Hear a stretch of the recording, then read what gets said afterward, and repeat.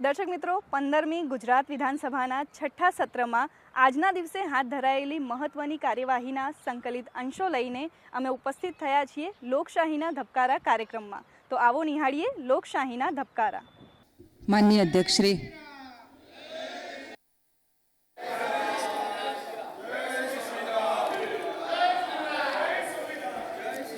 Order. બાબત ક્રમાંક 1 તારાંકિત પ્રશ્નોત્તરી. માન્ય શ્રી દિનેશજી ઠાકોર. માનનીય અધ્યક્ષ શ્રી, રાજ્યમાં ખાલી જગ્યાઓ રહે છે તો પણ કેન્દ્રમાં ડેપ્યુટેશન પર મોકલવામાં આવે છે, તો ડેપ્યુટેશન પર મોકલતા પહેલા ખાલી જગ્યા ઉપર કામ લેવા માંગો છો કે કેમ? માનનીય અધ્યક્ષ શ્રી, સર્વપ્રથમ તો હું ગુજરાત રાજ્યના મુખ્યમંત્રી શ્રી ભૂપેન્દ્રભાઈ પટેલ, ભારતીય જનતા પાર્ટીના અધ્યક્ષ શ્રી સી.આર. પાટીલજી, ભારતીય જનતા પાર્ટીના સર્વ કાર્યકર્તાઓ જેને રાત દિવસ પ્રજાની સેવા કરી અને એ પ્રજાની સેવાના બદલ માનનીય અધ્યક્ષશ્રી, ભારતીય જનતા પાર્ટીને ગુજરાતમાં 96% સીટો પર જીત મળી. આ એક સામાન્ય જીત નથી માનનીય અધ્યક્ષશ્રી, આ પ્રમાણપત્ર છે કે લોકો અને ભારતીય જનતા પાર્ટીના ચૂંટાયેલા પ્રતિનિધિઓ જે રીતે કામ કરે છે, રાત દિવસ સેવા કરે છે, તે બદલ લોકોએ આ સરકાર ઉપર માનનીય અધ્યક્ષશ્રી અદ્ભુત અને ઐતિહાસિક વિશ્વાસ રાખ્યો. તે બદલ ગુજરાત નહીં પરંતુ દેશમાં પ્રથમવાર આટલી મોટી સંખ્યામાં લોકલ બોડીઝની અંદર ચૂંટણીમાં જીત થઈ હશે. માનનીય અધ્યક્ષશ્રી, માનનીય સભ્યશ્રી દ્વારા જે પ્રશ્ન પૂછવામાં આવ્યો છે, ખાસ કરીને આજથી 1 મહિના પહેલાં 10 જગ્યાઓ ખાલી હતી, જેમાંથી 1 પૂરાઈ ગઈ છે અને 9 જગ્યાઓ ખાલી છે, અને બાકીની જે ખાલી જગ્યા છે તેને બી ઝડપથી ભરી લેવામાં આવશે. સાથે સાથે જે સેન્ટ્રલના ડેપ્યુટેશનની વાત કરી માનનીય અધ્યક્ષશ્રી, નિયમો પ્રમાણે ગુજરાત રાજ્યના 45 આઈપીએસો સેન્ટ્રલ ડેપ્યુટેશન પર હોવા જોઈએ, પરંતુ ગુજરાતમાંથી માત્ર 24 જ અધિકારીઓને સેન્ટ્રલ ડેપ્યુટેશન પર મોકલવામાં આવ્યા છે. માન્ય અમિતભાઈ ચાવડા. માન્ય અધ્યક્ષશ્રી, માન્ય ગૃહ રાજ્યમંત્રી કહેતા હતા અભિનંદન, જીત માટે અભિનંદન. માન્ય અમિતભાઈ, તમે પ્રશ્ન પૂછ્યો છે. માન્ય અધ્યક્ષશ્રી, એટલું જ કહેવું છે, મારે માન્ય મંત્રીશ્રી પાસે જાણવું છે કે 208માંથી 198 ભરાયેલી છે, તેમાં મહિલા આઈપીએસની સંખ્યા કેટલી છે? માન્ય મંત્રીશ્રી. માનનીય અધ્યક્ષશ્રી, હું ડંકાની ચોટ પર કહું છું આ ગૃહમાં કે ગુજરાત એ હાઈએસ્ટ નંબર ડ્રગ્સ પકડવામાં છે, અને આ પકડીને યુવાનોનું જીવન અને ભવિષ્ય બચાવનાર રાજ્યનું નામ છે ગુજરાત રાજ્ય અને ભૂપેન્દ્રભાઈ પટેલની સરકાર. ગુજરાત રાજ્ય માનનીય અધ્યક્ષશ્રી, સાંભળી લો. તમે બેઠા બેઠા કોમેન્ટ નહીં કરો. બેઠા બેઠા કોમેન્ટ નહીં સાંભળો લોકો. માનનીય અધ્યક્ષશ્રી, વર્ષો સુધી દેશમાં શાસન કર્યું, અલગ અલગ રાજ્યોમાં શાસન કર્યું. હું ડંકાની ચોટ પર કહું છું કે ભૂપેન્દ્રભાઈ પટેલની સરકારે જે દીકરીઓને ન્યાય અપાવ્યો ને, તમે તમારા 50 વર્ષના શાસનમાં એક ઘટના લઈ આવો કે 100 દિવસની અંદર 1 વર્ષમાં 9 લોકોને ફાંસી અપાવી હોય. એક ઘટના લઈ આવો. તમે કેટલા રાજ્યની અંદર શાસન કરો છો અને કરી ચૂક્યા છો, ઇતિહાસના પાના ઉપર જઈને શોધીને એક ઘટના બતાડો. તમે એક ઘટના. માનનીય અધ્યક્ષશ્રી, કેન્દ્રએ નવો કાયદો લાવ્યો. આ 3 કાયદામાં બીએનએસ ની અંદર ગુજરાત એ પહેલું રાજ્ય છે કે જેને દીકરીને ન્યાય અપાવવા માટે માત્ર 130 દિવસમાં માનનીય અધ્યક્ષશ્રી આ જીવન કેદની સજા સંભળાવવામાં આવી. 2 દિવસ પહેલા માનનીય અધ્યક્ષશ્રી ન્યાય મળી ગયો છે. માનનીય અધ્યક્ષશ્રી, તમે બેઠા બેઠા વાત નહીં કરી શકો, તમને મોકો આપ્યો જ છે. ખૂનની વાત કરે છે, તમારી સામે તો ખૂનની વાત કરે છે. માનનીય અધ્યક્ષશ્રી, આખા દેશમાં આપણા જેટલી સંખ્યા ધરાવતા માનનીય અધ્યક્ષશ્રી એક બી રાજ્ય લો એન્ડ ઓર્ડરમાં કમ્પેરિઝનમાં બી ઊભું રહી શકે એમ નથી. આંકડા જોડે માનનીય અધ્યક્ષશ્રી, એ યાદી ઇન્ટરનેટ ઉપર ઓપન અવેલેબલ છે. રહી વાત મહિલા આઈપીએસોની, માનનીય અધ્યક્ષશ્રી, હું ગુજરાતના ગૃહમાં મારા રાજ્યની મહિલા આઈપીએસોને ખૂબ ખૂબ અભિનંદન, વંદન અને નમન કરું છું. માનનીય અધ્યક્ષશ્રી, કાલની જ ઘટના કહું છું. મારા રાજ્યની મહિલા આઈપીએસ ડીસીપી ક્રાઇમ અમદાવાદ દ્વારા, માનનીય અધ્યક્ષશ્રી સાયબર ક્રાઇમ અમદાવાદ દ્વારા રાજકોટની ઘટના આપણે સાંભળી. માનનીય અધ્યક્ષશ્રી, અમારી આ મહિલા આઈપીએસ દ્વારા માનનીય અધ્યક્ષશ્રી 48 કલાકમાં 3000 કિલોમીટર દૂરથી અલગ અલગ જગ્યા પરથી આવા કેમેરાઓ હેક કરે એને શોધીને લાવીને આજ સુધી ગુજરાત નહીં પરંતુ દેશભરમાં આ પ્રકારની ઘટનામાં સાયબર ટેરરિઝમની કલમ લગાવનાર ગુજરાત પોલીસ પહેલી બન્યું અને એના ઇન્ચાર્જ ઓફિસર માનનીય અધ્યક્ષશ્રી ડૉક્ટર લવીના સિન્હા જે મહિલા આઈપીએસ છે, મહિલા આઈપીએસ માનનીય અધ્યક્ષશ્રી જિલ્લામાં એસપી બી છે અને અમારા હોમ સેક્રેટરી બી મહિલા આઈપીએસ છે અને મહિલાઓની ચિંતા અને માનનીય અધ્યક્ષશ્રી મુખ્યમંત્રી શ્રી ભૂપેન્દ્રભાઈ પટેલે ભારતીય જનતા પાર્ટીના ચૂંટણી ધંધેડામાં કહ્યું છે કે મહિલાઓની સંખ્યા પોલીસ દળમાં અમે ડબલ કરશો અને એ દિશામાં ગુજરાત પોલીસ દર વર્ષે ઉત્તરોત્તર પ્રગતિ કરે છે અને સાથે જો મહિલા આઈપીએસની વાત કરીએ માનનીય અધ્યક્ષશ્રી તો આખા ગુજરાતના જે ભવિષ્ય ગુજરાતનું લો એન્ડ ઓર્ડરનું સંભાળવાના છે એવી પોલીસ ભરતી જે થાય માનનીય અધ્યક્ષશ્રી એ પોલીસ ભરતીના ચેરમેન બી નિર્જા ગોટરુ છે જે પોતે મહિલા છે અને તમારું મારું બધાની ભવિષ્યની અંદર જે સુરક્ષા કરવાના છે રાજ્યના પ્રત્યેક નાગરિકોની એવા પોલીસના જવાનોનું સિલેક્શન કરનાર અધિકારી એ બી મહિલા છે માનનીય અધ્યક્ષશ્રી આ જ પ્રકારે મહિલા અધિકારીઓ માનનીય અધ્યક્ષશ્રી ટોટલ 34 મહિલા આઈપીએસઓ અલગ અલગ જગ્યા પર ફરજ બજવી રહ્યા છે અને હું એમને અમિતભાઈને માનનીય અધ્યક્ષશ્રી એની કોપી બી આપી લઈશ જેનાથી એમનું માહિતી બી એમની માનનીય અધ્યક્ષશ્રી રિફ્રેશ થઈ જાય અને એમને માહિતી સંપૂર્ણ મળી જાય 33% મહિલાઓની ભરતીથી એની માહિતી અમને જોઈએ તો આપજો. માન્ય શ્રી અનંતભાઈ પટેલ, તમને આપ્યા જ છે ને, હજુ આપીશ, તમારા જ છે પ્રશ્નો લોકો. માન્ય અધ્યક્ષશ્રી, કુલ 14 આઈએસ અધિકારીઓ જે કેન્દ્રમાં ડેપ્યુટેશન પર મૂકવામાં આવ્યા છે, જ્યારે આપણે ત્યાં લગભગ 56 જેટલી જગ્યાઓ ખાલી છે, તો એ ડેપ્યુટેશન પર મૂકવા કરતાં આપણે ત્યાં જ એમને મૂકવામાં આવે તો થોડું આપણા ત્યાંનું કામગીરી સારું થાય. માનનીય અધ્યક્ષશ્રી, કુલ જગ્યાઓ છે હાલ આપણે 2018 પ્રમાણે 313 આઈએએસનું આખું મહેકમ છે. એમાંથી માનનીય અધ્યક્ષશ્રી જે સિનિયર કેડર કહેવાય કે જે સીધા આઈએએસ આપણને મળે છે એવા 170 છે. સેન્ટ્રલ ડેપ્યુટેશન રિઝર્વ 68 હોય છે, એટલે કે 170ના 40% સેન્ટ્રલ ડેપ્યુટેશન માટે આપણે રાખવાના હોય. એ કુલ 68 હોય છે, તો 68માંથી આપણે 14 જણને એ ડેપ્યુટેશન આપ્યું છે માનનીય અધ્યક્ષશ્રી. અને આ ડેપ્યુટેશનના પણ વખતના નિયમ હોય છે. એમાં અહીંયાથી કોઈ આઈએએસ માગણી કરે સેન્ટ્રલ ડેપ્યુટેશનની તો આપણે અહીંયા રાજ્ય સરકાર સ્ક્રુટિની કરીને ઉપર મોકલતી હોય છે અને એની જવાની ઈચ્છા હોય એવા જ લોકોને આપણે મોકલીએ છીએ. એટલે ઈચ્છા ઘણા બધાની હોય, પરંતુ અહીંથી નક્કી કરી અને અહીંનું મહેકમ અને અહીંની વ્યવસ્થાઓ વહીવટ જળવાઈ રહે એ પ્રકારની આપણે વ્યવસ્થા કર્યા પછી એ સેન્ટ્રલ ડેપ્યુટેશનની આપણે છૂટ આપતા હોઈએ છીએ. અને આ જે 14 ખૂટે છે એ માન્ય 14 જણને ત્યાં મૂક્યા છે. માન્ય શૈલેષભાઈ.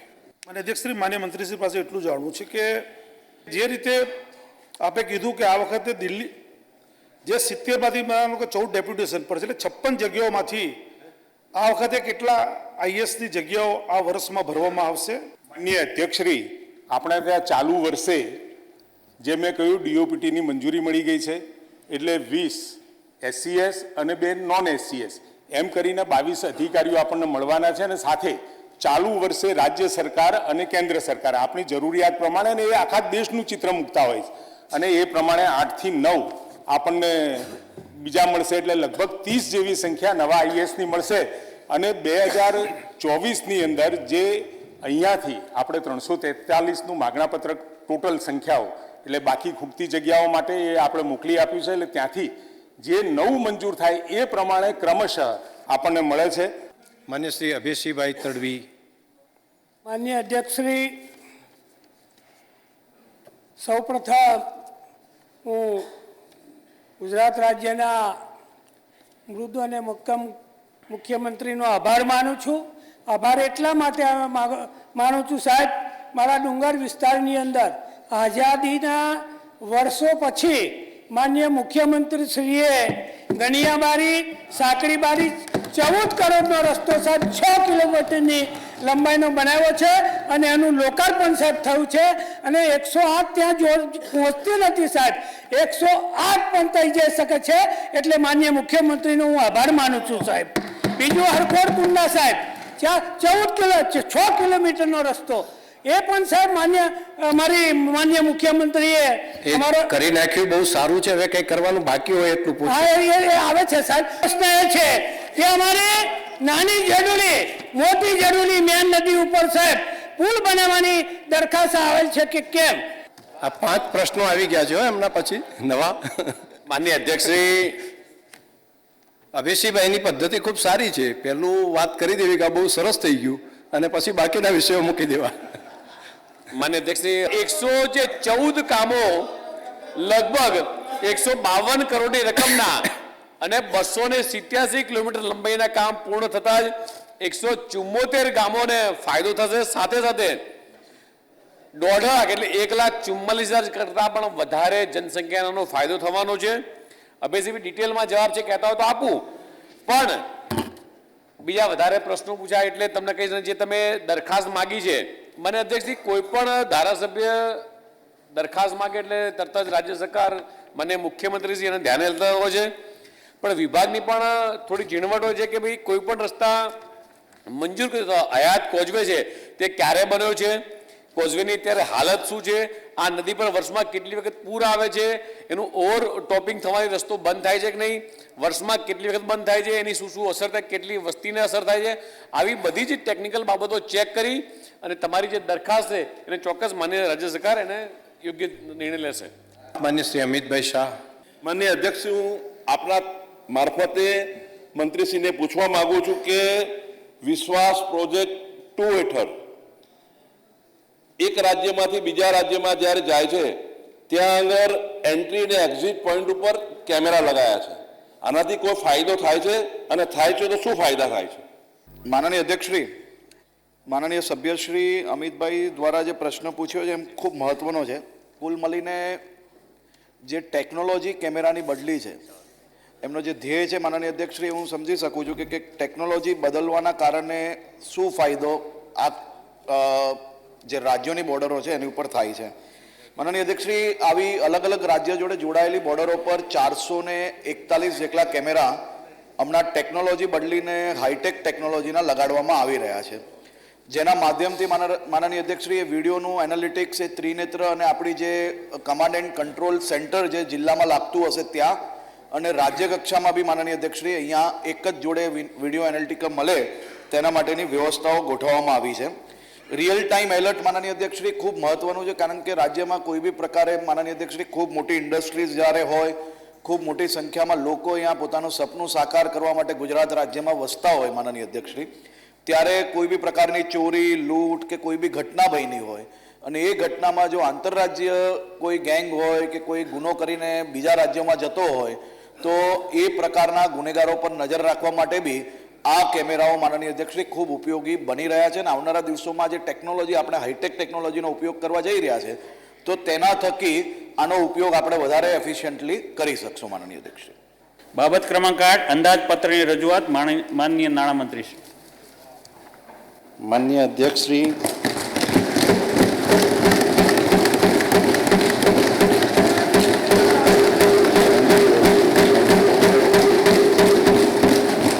હું સને 25-26ના નાણાકીય વર્ષ માટેનું અંદાજપત્ર રજૂ કરવા ઊભો થયો છું. માનનીય અધ્યક્ષશ્રી, વિશ્વના સૌથી ઝડપથી વિકાસ પામતી અર્થવ્યવસ્થાના પ્રણેતા અને આત્મનિર્ભર ભારતના સ્વપ્નદ્રષ્ટા એવા ગુજરાતના પનોતા પુત્ર અને વિશ્વના સૌથી લોકપ્રિય નેતા માનનીય વડાપ્રધાન શ્રી નરેન્દ્ર મોદીજીને ત્રીજી વાર ભારતનું સુકાન સંભાળવા બદલ માનનીય મુખ્યમંત્રી શ્રી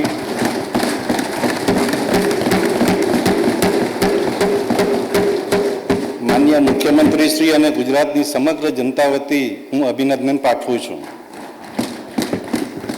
માનનીય અધ્યક્ષશ્રી, માનનીય વડાપ્રધાનશ્રીના વિકસિત ભારત 2047ના લક્ષ્યને સાકાર કરવા માનનીય મુખ્યમંત્રી શ્રી ભૂપેન્દ્રભાઈ પટેલના નેતૃત્વ હેઠળની અમારી સરકાર વિકસિત ગુજરાત 2047ની પરિકલ્પનાને સિદ્ધ કરવા કટિબદ્ધ છે.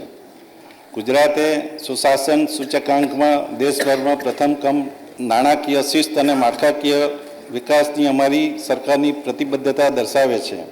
નીતિ આયોગના વર્ષ 2025ના રાજકોષીય શિસ્ત સૂચકાંકમાં રાજ્યને એચીવર નો દરજ્જો મળેલ છે. દેશમાં ગુજરાત માથાદીઠ આવક અને રોજગારી આપવામાં અગ્રેસર છે. દેશનું ગ્રોથ એન્જિન છે. ગુજરાત દેશનું ગ્રોથ એન્જિન છે. જમીનના માત્ર 6% અને કુલ વસ્તીના માત્ર 5% ધરાવતું ગુજરાત દેશના કુલ જીડીપીમાં 8.3%નું યોગદાન આપે છે. અમારા સતત પ્રયાસનો થકી આ યોગદાન વર્ષ 2030 સુધીમાં 10%થી વધારે પહોંચાડવા માટે અમે કટિબદ્ધ છીએ. ગુજરાત દેશના ઔદ્યોગિક ઉત્પાદનમાં 18% યોગદાન આપે છે. દેશની કુલ નિકાસના 41% જેટલી નિકાસ ગુજરાતના બંદરોથી થાય છે. ગુજરાતે logistic ease across different states lead સૂચકાંકમાં એચીવરનો દરજ્જો મેળવેલ છે. 2 દાયકાથી યોજાતા વાઇબ્રન્ટ ગુજરાતના સફળ આયોજનના પરિણામે રોકાણ અને રોજગારની વિપુલ તકો ઉપલબ્ધ બની છે. ગુજરાત આજે ગ્રીન એનર્જી અને પ્રવાસના ક્ષેત્રમાં મહત્ત્વની કામગીરી કરી રહેલ છે.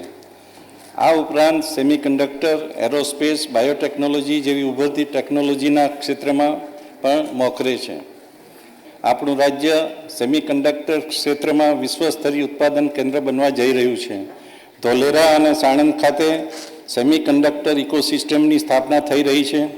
ભારતના વડાપ્રધાન શ્રી માનનીય મોદીજીએ અને સ્પેનના વડાપ્રધાન શ્રીની હાજરીમાં વડોદરા ખાતે લશ્કરી વિમાનો માટે ઉત્પાદનની સુવિધા શરૂ કરવામાં આવેલ છે, જે સંરક્ષણ ક્ષેત્રે દેશની આત્મનિર્ભરતાને મજબૂત બનાવશે. માનનીય અધ્યક્ષશ્રી વિકસિત ભારત 2047ના સંકલ્પને સાકાર કરવા માનનીય વડાપ્રધાન શ્રી નરેન્દ્ર મોદી સાહેબ દ્વારા પ્રેરિત જ્ઞાન, ગરીબ, યુવા, અન્નદાતા અને નારી શક્તિના વિકાસ પર ધ્યાન કેન્દ્રિત કરવામાં આવ્યું છે, જેથી આ સંકલ્પને સિદ્ધ કરવામાં ગુજરાત મહત્ત્વનું યોગદાન આપી શકે.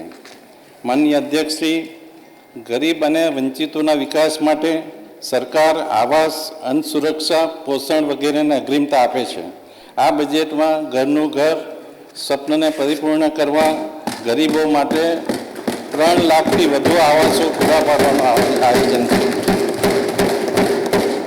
પ્રધાનમંત્રી આવાસ યોજના ગ્રામીણ, ડૉક્ટર આંબેડકર આવાસ યોજના, પંડિત દીનદયાળ આવાસ યોજના તેમજ હળપતિ આવાસ જેવી યોજનાઓ માટે હાલની 1,20,000ની સહાયમાં મકાન દીઠ ₹50,000ના વધારા સાથે 1,70,000 કરવાની જાહેરાત કરી છે.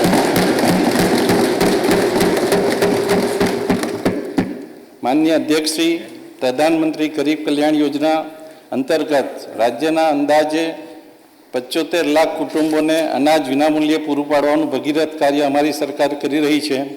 વધુમાં ગરીબ લોકોની અન્ન સુરક્ષા માટે રાહત દરે તેલ, કઠોળ, ખાંડ અને અન્ય આવશ્યક ખાદ્ય સામગ્રીઓનું વિતરણ પણ કરવામાં આવે છે. પોષણલક્ષી યોજનાઓના અસરકારક આયોજન અને અમલીકરણ અમારી સરકારનો મુખ્ય ઉદ્દેશ રહેશે. પોષણ અને તંદુરસ્તી માટે અલગ અલગ વિભાગો દ્વારા યોજનાઓ અમલમાં છે. પોષણને અગ્રિમતા આપતા આ યોજનાઓ માટે ગત વર્ષ કરતાં 21% વધારાની સાથે અંદાજિત 8,200 કરોડની જોગવાઈ સૂચવું છું.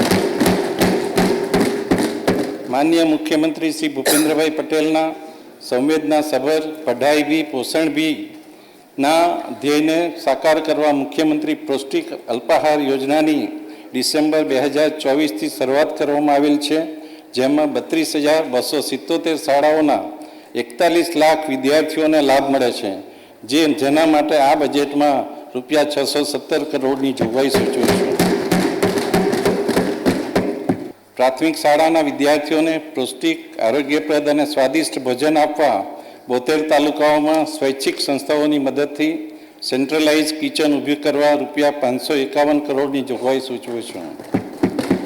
બાળકોના પોષણ અને વિકાસને સુદૃઢ કરવા આંગણવાડીઓની ભૌતિક સુવિધામાં વધારો કરવા સરકારે નિર્ણય કરેલ છે, જેને વધુ કાર્યક્ષમ બનાવવા આંગણવાડી યોજના માટે ₹274 કરોડની જોગવાઈ સૂચવે છે. આ વર્ષે આપણે આદિવાસી સમાજના ભગવાન શ્રી બિરસા મુંડાજીની જન્મ જયંતિના 150મા વર્ષને જનજાતીય ગૌરવ વર્ષ તરીકે ઉજવી રહ્યા છીએ. આ ખાસ સંદર્ભમાં આદિજાતિ સર્વાંગી વિકાસ માટે ન્યૂ ગુજરાત પેટર્ન યોજના માટે 37.5%ના વધારા સાથે 1100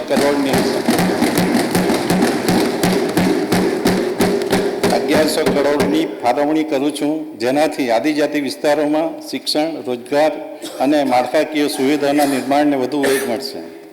શ્રમિકોને નજીવા દરે ભોજન મળી રહે તે હેતુથી શ્રમિક અન્નપૂર્ણા યોજના હેઠળ 290 કેન્દ્રો કાર્યરત છે.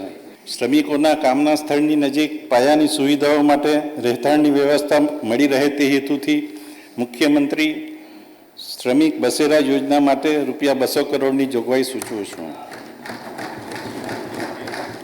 માન્ય મુખ્યમંત્રીશ્રીના અને માન્ય પ્રધાનમંત્રીશ્રીના દિવ્યાંગજનો પ્રત્યેની સંવેદનાને સાકાર કરવા સંત સુરદાસ યોજના હેઠળ 80% બદલે હવેથી 60% કે તેથી વધુ દિવ્યાંગતા ધરાવતા 85,000થી વધુ દિવ્યાંગોને પણ આ વાર્ષિક ₹12,000ની સહાય આપવાની જાહેરાત કરું છું.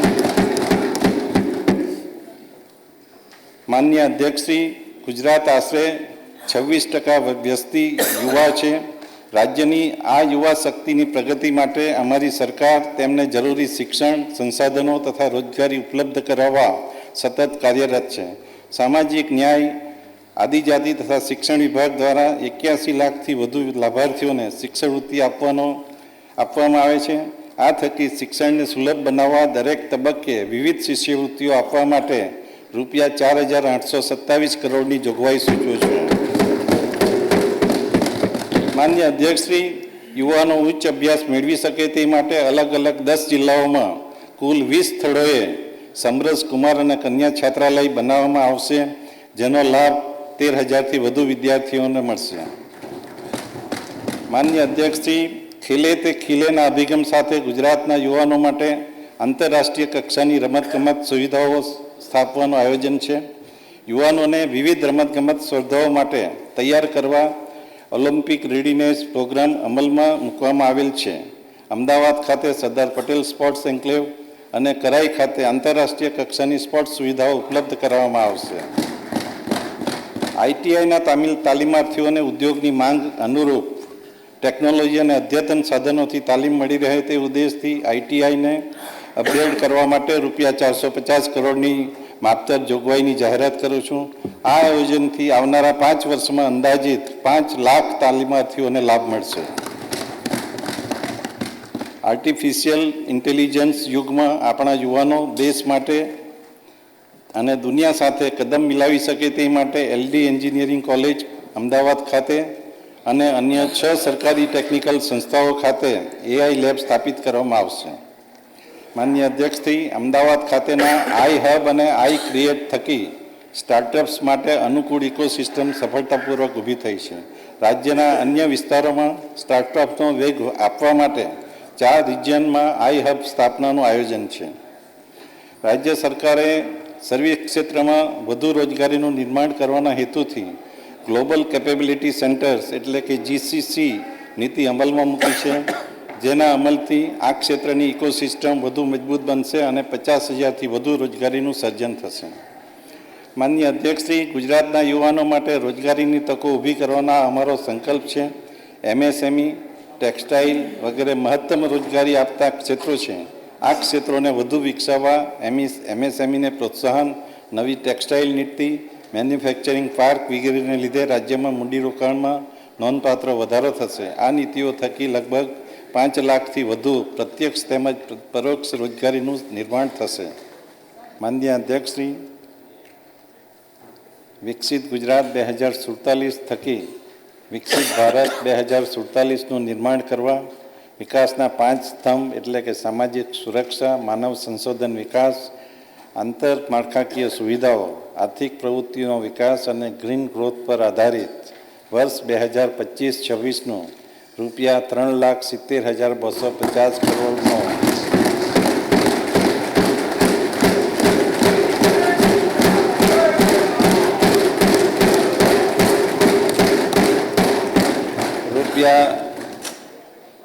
ગ્રીન ગ્રોથ પર આધારિત ₹3,70,250 કરોડનું વિક્રમી અંદાજપત્ર આ સન્માનીય ગૃહ સમક્ષ રજૂ કરું છું.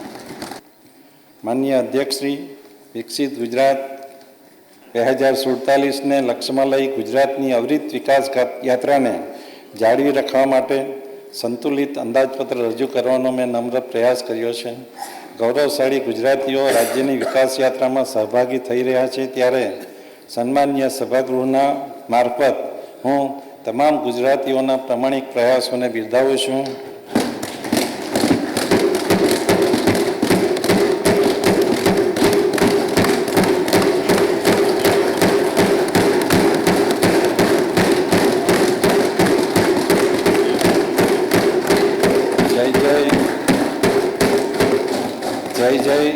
જય જય ગરવી ગુજરાત. સન્માનીય સભાગૃહની વિચારણા અર્થે હું આ અંદાજપત્ર રજૂ કરું છું. આભાર.